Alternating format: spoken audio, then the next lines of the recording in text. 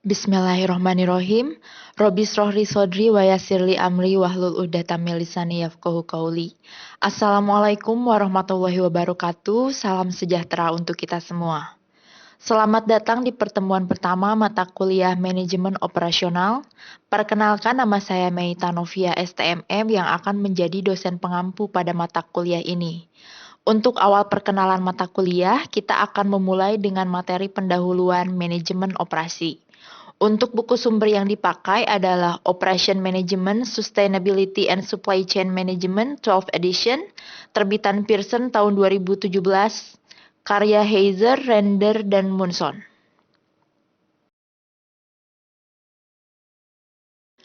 Untuk memulai, kita akan melihat outline atau garis besar dari materi yang akan kita bahas hari ini.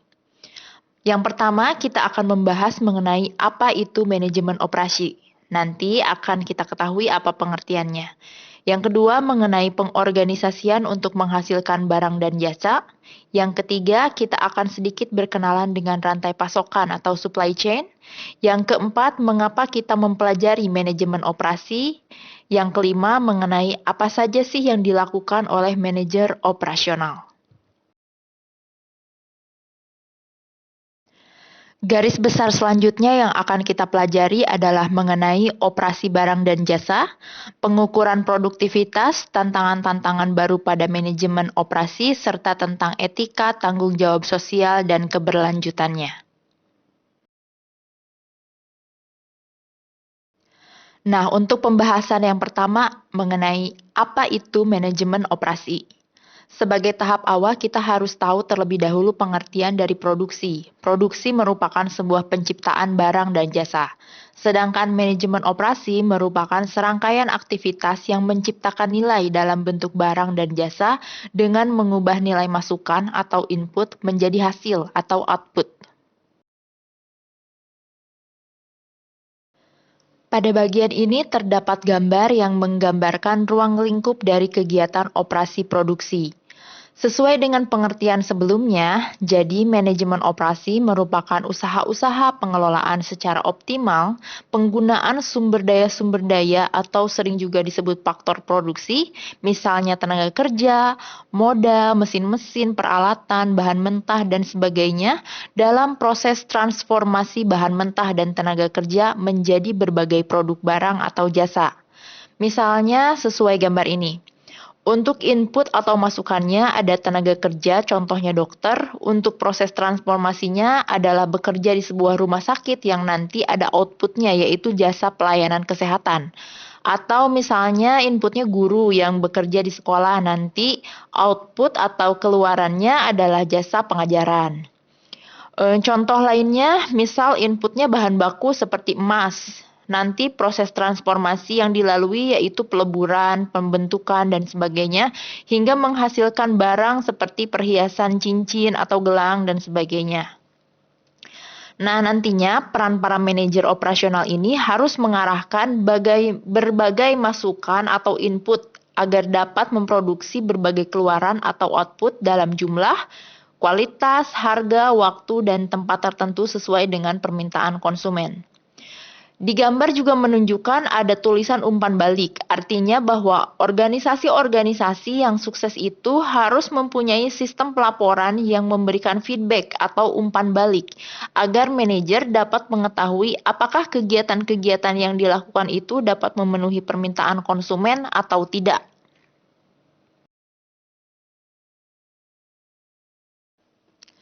Pengorganisasian untuk menghasilkan barang dan jasa. Untuk menciptakan barang dan jasa, semua organisasi melakukan 3 fungsi. Fungsi-fungsi ini adalah bahan yang diperlukan tidak hanya untuk produksi, tetapi juga untuk kelangsungan hidup organisasi. Yang pertama adalah pemasaran, yang menghasilkan permintaan atau setidaknya mengambil pesanan untuk produk atau jasa. Jadi tidak ada yang terjadi sampai adanya penjualan. Lalu yang kedua, produksi atau operasi yang menciptakan, menghasilkan, dan mengirimkan produk. Ketiga, finansial atau akuntansi yang melacak seberapa baik kinerja organisasi, membayar tagihan, dan mengumpulkan uang. Contoh gambar-gambar pada slide selanjutnya akan menunjukkan contoh dari 3 fungsi yang disebutkan tadi. Untuk bagian yang berwarna biru menandakan peran penting yang dimainkan oleh manajemen operasi baik itu dalam bentuk barang atau jasa.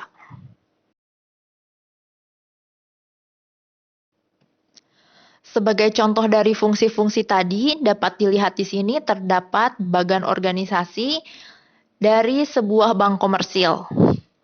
Untuk bentuk operasinya adalah penjadwal teller, proses transaksi, desain fasilitas, pemeliharaan, keamanan, dan sebagainya.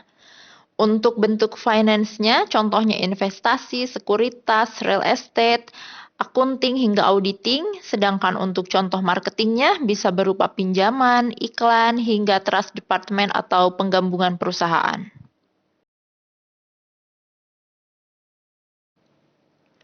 Slide selanjutnya adalah rantai pasokan. Melalui 3 fungsi tadi yang dibahas di slide sebelumnya mengenai pemasaran, operasi, dan keuangan, nilai atau value bagi pelanggan itu dibuat. Perusahaan jarang menciptakan nilai itu sendiri, tapi mereka mengandalkan variasi pemasok atau beberapa pemasok yang menyediakan segalanya, mulai dari bahan mentah hingga layanan akuntansi. Pemasok ini, jika disatukan, maka bisa dianggap sebagai rantai pasokan. Untuk definisinya, rantai pasokan yaitu jaringan organisasi dan aktivitas global yang memasok barang dan jasa kepada perusahaan. Anggota rantai pasokan berkolaborasi untuk mencapai tingkat kepuasan pelanggan, efisiensi, dan keunggulan kompetitif yang tinggi. Bisa dilihat contohnya pada gambar di bawah ini. Sebuah rantai pasokan untuk sebotol minuman misalnya, membutuhkan gula dari petani tebu pada rantai pertama, lalu ke produsen sirup di rantai kedua, kemudian masuk ke proses pembotolan di rantai ketiga, setelah itu masuk ke distributor atau rantai keempat, kemudian terakhir ke pengecer atau retailer. Nah, setiap langkah ini memberikan nilai tambah untuk memenuhi kepuasan pelanggan. Hanya dengan kolaborasi antara semua anggota pemasok rantai, maka bisa didapat efisiensi dan kepuasan pelanggan dapat dimaksimalkan. Itu rantai pasokan secara umum, dimulai dengan penyedia bahan baku atau dasar, dan melanjutkan semua cara untuk pelanggan hingga sampai akhir di toko retail.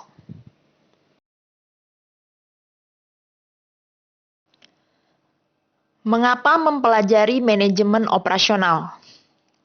Ada 4 alasan mengenai mengapa kita mempelajari manajemen operasional atau kita singkat MO.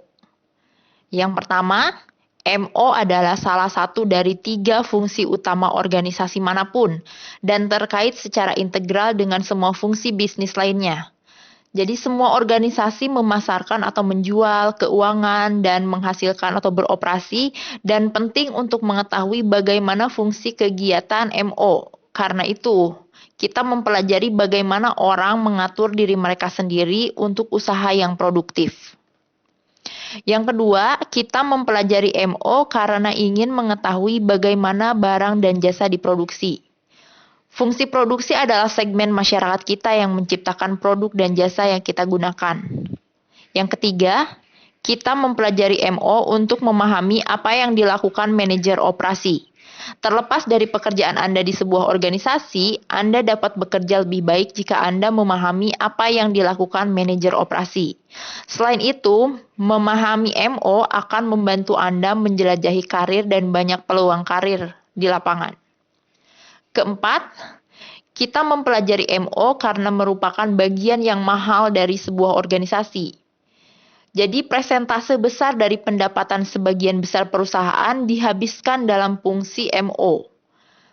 Jadi memang MO memberikan peluang besar bagi organisasi untuk meningkatkan profitabilitasnya dan meningkatkan layanannya kepada masyarakat.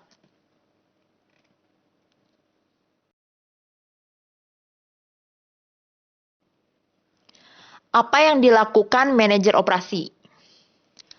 Semua manajer yang baik harus melakukan fungsi dasar dari proses manajemen. Proses manajemen ini terdiri dari perencanaan, pengorganisasian, staffing, kepemimpinan, dan pengendalian. Manajer operasi nantinya menerapkan proses manajemen ini pada setiap keputusan yang mereka buat dalam fungsi manajemen operasi. Seorang manajer operasi harus berhasil mengatasi 10 keputusan strategis yang ada di bawah ini. Nanti lebih jelasnya beberapa keputusan ini akan dibahas lebih rinci pada pertemuan-pertemuan selanjutnya, insya Allah. Untuk keputusan yang pertama, desain barang dan jasa. Bagian ini banyak mendefinisikan mengenai apa saja yang diperlukan dari operasi di setiap keputusan MO lainnya. Misalnya, desain produk biasanya menentukan batas bawah biaya dan batas atas kualitas. Kemudian tentang implikasinya bagi keberlanjutan atau sustainability dan sumber daya manusia yang dibutuhkan. Yang kedua, mengelola kualitas, yaitu tentang menentukan harapan kualitas pelanggan dan menetapkan kebijakan dan prosedur untuk mengidentifikasi dan mencapai kualitas tersebut. Yang ketiga adalah strategi proses dan kapasitas, yaitu tentang menentukan bagaimana suatu barang atau jasa diproduksi, yaitu proses produksi, dan melakukan manajemen pada teknologi, kualitas, sumber daya manusia, dan investasi modal tertentu yang menentukan sebagian besar struktur biaya dasar perusahaan. Keempat, yaitu strategi lokasi. Ini membutuhkan penilaian tentang kedekatan lokasi atau jarak dengan pelanggan, dengan pemasok, dan bakat sambil mempertimbangkan biayanya, infrastruktur, logistik, dan pemerintah. Yang kelima yaitu strategi tata letak. Ini memerlukan pengintegrasian kebutuhan kapasitas, tingkat personel, teknologi, dan persyaratan inventaris untuk menentukan aliran bahan, orang, dan informasi yang efisien. Untuk keenam, sumber daya manusia dan desain pekerjaan. Bagian ini menentukan cara merekrut, memotivasi, dan mempertahankan personel dengan bakat dan keterampilan yang dibutuhkan. Manusia atau tenaga kerja adalah bagian integral dan mahal dari keseluruhan desain sistem. Yang ketujuh, manajemen rantai persediaan, yaitu untuk memutuskan bagaimana mengintegrasikan rantai pasokan ke dalam strategi perusahaan, termasuk keputusan untuk menentukan apa yang akan dibeli, dari siapa, dan dalam kondisi apa.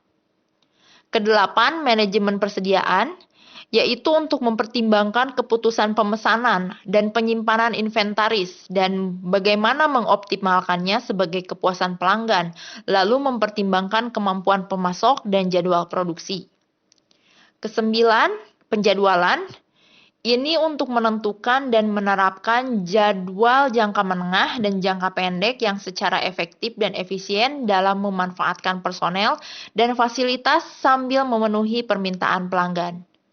Yang terakhir, ke-10, pemeliharaan. Manajer memerlukan keputusan yang mempertimbangkan kapasitas fasilitas, tuntutan produksi, dan personel yang diperlukan untuk mempertahankan proses yang andal dan stabil.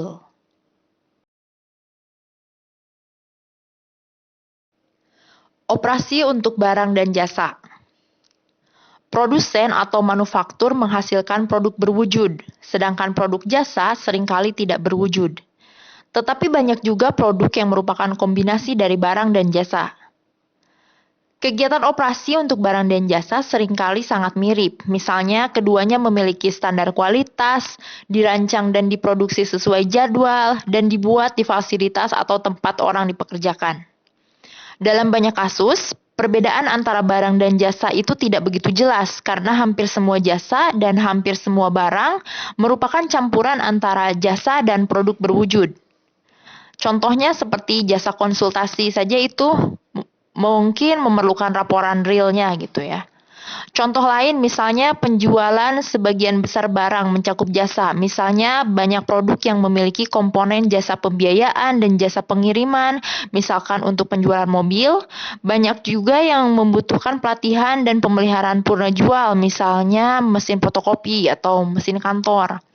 Nah, kegiatan pelayanan atau jasa juga dapat menjadi bagian integral dari produksi. Aktivitas sumber daya manusia, logistik, akunting, pelatihan, layanan lapangan, dan perbaikan itu semua termasuk aktivitas jasa, tetapi berlangsung dalam organisasi manufaktur. Jadi sangat sedikit jasa yang tanda kutip murni, artinya layanan tersebut tidak memiliki komponen nyata.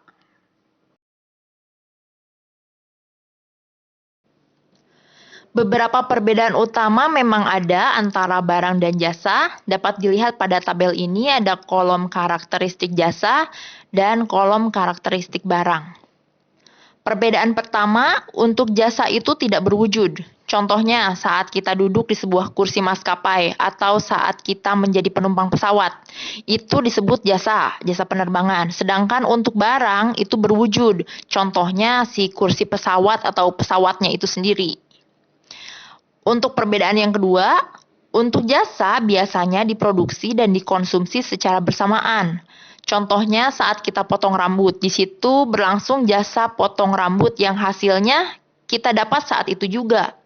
Sedangkan untuk barang biasanya selesai diproduksi, si bentuknya itu bisa disimpan ke dalam persediaan. Contohnya stok-stok produk perawatan kecantikan lah seperti itu ya. Untuk perbedaan yang ketiga, untuk jasa bersifat unik, contohnya investasi dan perawatan medis, karena hasilnya akan bisa berbeda pada setiap orang. Sedangkan untuk barang, biasanya produk yang diproduksi serupa dan dalam jumlah yang banyak.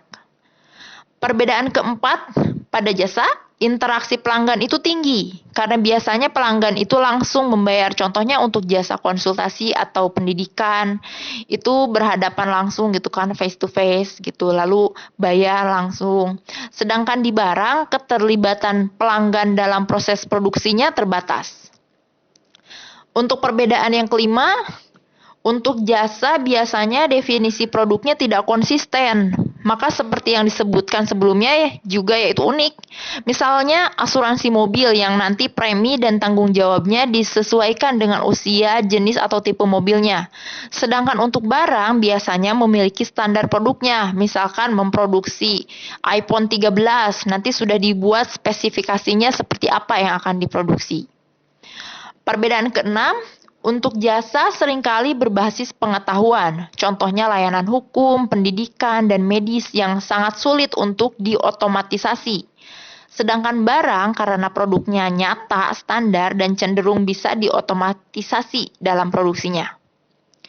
Perbedaan ketujuh, untuk jasa, bentuk layanannya tersebar. Contohnya, layanan toko retail, kantor lokal atau cabang, terdapat jasa panggilan ke rumah atau melalui internet. Sedangkan barang biasanya diproduksi di fasilitas tetap, seperti pabrik. Untuk perbedaan kedelapan, untuk jasa yaitu karakteristik kualitasnya mungkin saja sulit untuk dievaluasi. Misalnya untuk jasa konsultasi atau pendidikan itu akan sulit dilakukan penilaian karena pengalaman atau layanan yang didapat sangat objektif tergantung penerimaan setiap individunya. Contohnya jasa pengajaran bagi murid. Mungkin ada siswa yang merasa puas karena mengerti, bisa juga ada yang tidak puas karena tidak mengerti, padahal jasa yang diberikan di waktu yang sama yaitu di kelas misalnya. Sedangkan untuk barang, aspek kualitasnya mudah untuk dievaluasi. Contohnya pada baterai, dihitung kekuatan hingga berapa lama atau tahan hingga berapa tahun, itu bisa dihitung.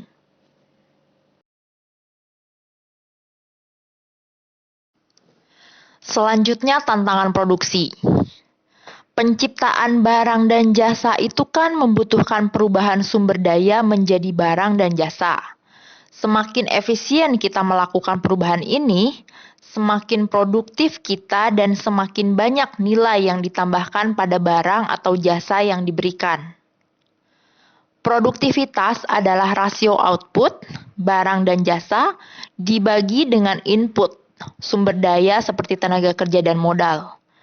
Nah, tugas manajer operasi yaitu meningkatkan atau memperbaiki rasio output terhadap input ini. Meningkatkan produktivitas berarti meningkatkan efisiensi.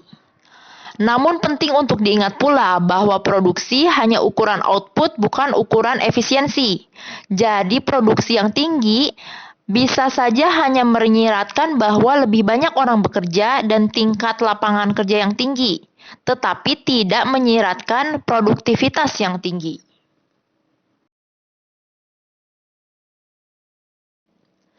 Seperti yang telah kita ketahui sebelumnya, bahwa pembuatan barang dan jasa merupakan proses transformasi dari sumber daya menjadi barang atau jasa. Semakin efisien transformasi itu dilakukan, semakin produktif pelaksanaan manajemen operasinya. Produktivitas menjadi ukuran utama yang digunakan untuk mengetahui kinerja dari suatu kegiatan operasi. Nah, produktivitas ini merupakan ukuran bagaimana baiknya suatu sumber daya diatur dan dimanfaatkan untuk mencapai hasil yang diinginkan. Secara umum, produktivitas dinyatakan sebagai rasio antara keluaran terhadap masukan, atau unit yang dihasilkan terhadap masukan yang digunakan. Terdapat dua cara dalam menghitung produktivitas. Apabila indikasi rasionya dari satu masukan, disebut produktivitas faktor tunggal. Sedangkan bila rasionya banyak atau beberapa masukan, disebut multifaktor. Contohnya seperti ini, untuk faktor tunggal. Misalnya PTX, sebuah perusahaan telepon genggam bisa menghasilkan 640 set handphone per hari dengan jumlah tenaga kerja 80 orang. Maka untuk menghitung produktivitasnya, 640 unit dibagi oleh 80 orang. Hasilnya menjadi 8 unit per hari per orang.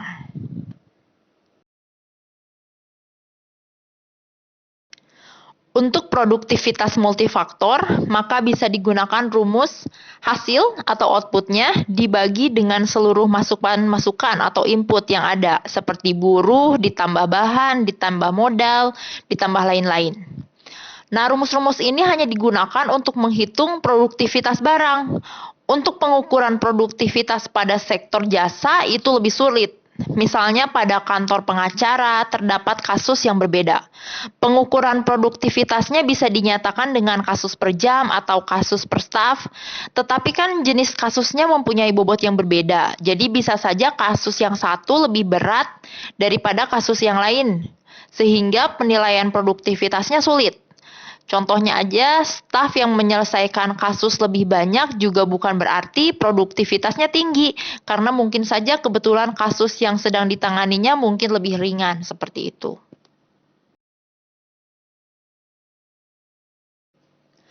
Tantangan baru dalam manajemen operasi. Manajer operasi ini kan bekerja di lingkungan yang menarik dan dinamis. Lingkungan ini adalah hasil dari berbagai kekuatan yang menantang. Contohnya yang pertama, fokus global. Contohnya itu turunnya biaya komunikasi dan transportasi telah membuat pasar menjadi global.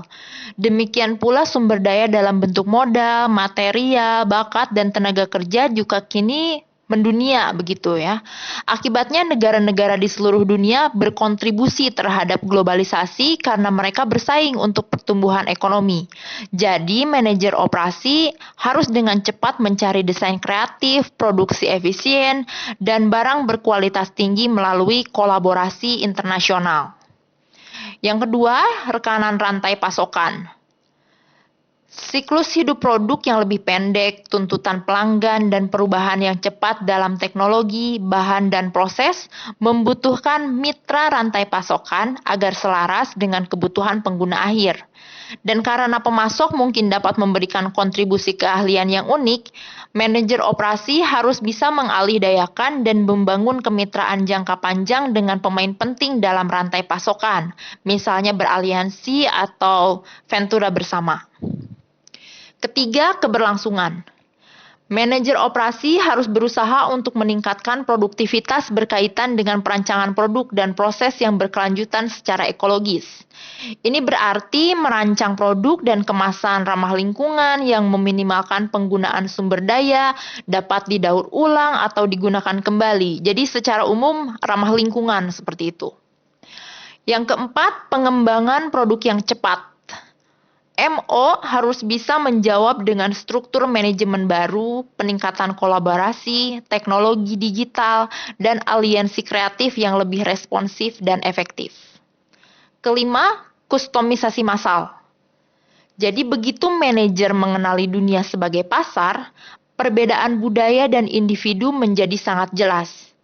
Di dunia ini di mana konsumen semakin sadar akan inovasi dan pilihan, tekanan besar diberikan pada perusahaan untuk merespons dengan cara yang kreatif. Dan MO harus segera merespon dengan desain produk dan proses produksi yang fleksibel yang memenuhi keinginan individu konsumen. Tujuannya adalah untuk menghasilkan produk yang disesuaikan atau dikostumisasi kapanpun dan dimanapun dibutuhkan. Keenam, operasi ramping. Nah, ramping ini dianggap sebagai kekuatan pendorong dalam operasi yang dijalankan dengan baik, di mana pelanggan puas, karyawan dihormati, dan pemborosan tidak ada. Jadi membangun organisasi yang lebih efisien, di mana manajemen menciptakan pekerjaan yang diperkaya, yang membantu karyawan terlibat dalam peningkatan berkelanjutan, dan di mana barang dan jasa diproduksi dan dikirim kapan dan di mana pelanggan menginginkannya.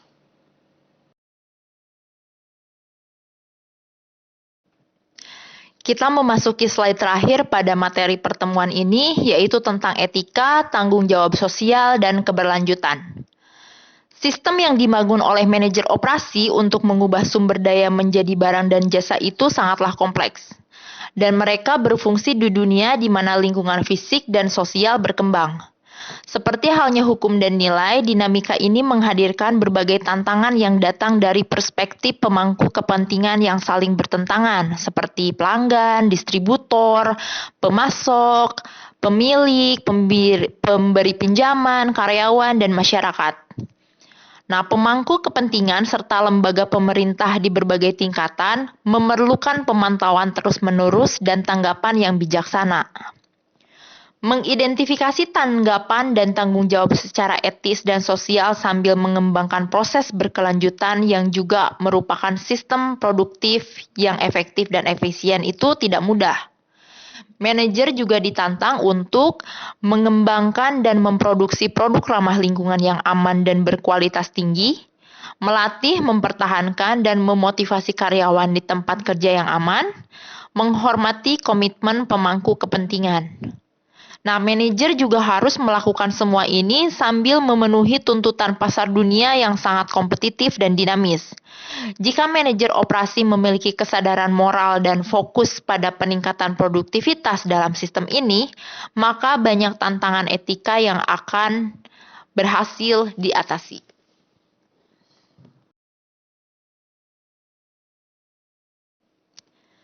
Pembahasan materi pertemuan pertama, yaitu tentang pendahuluan manajemen operasi, telah selesai. Mohon maaf apabila banyak terdapat kekurangannya. Terima kasih atas perhatiannya. Wassalamualaikum warahmatullahi wabarakatuh.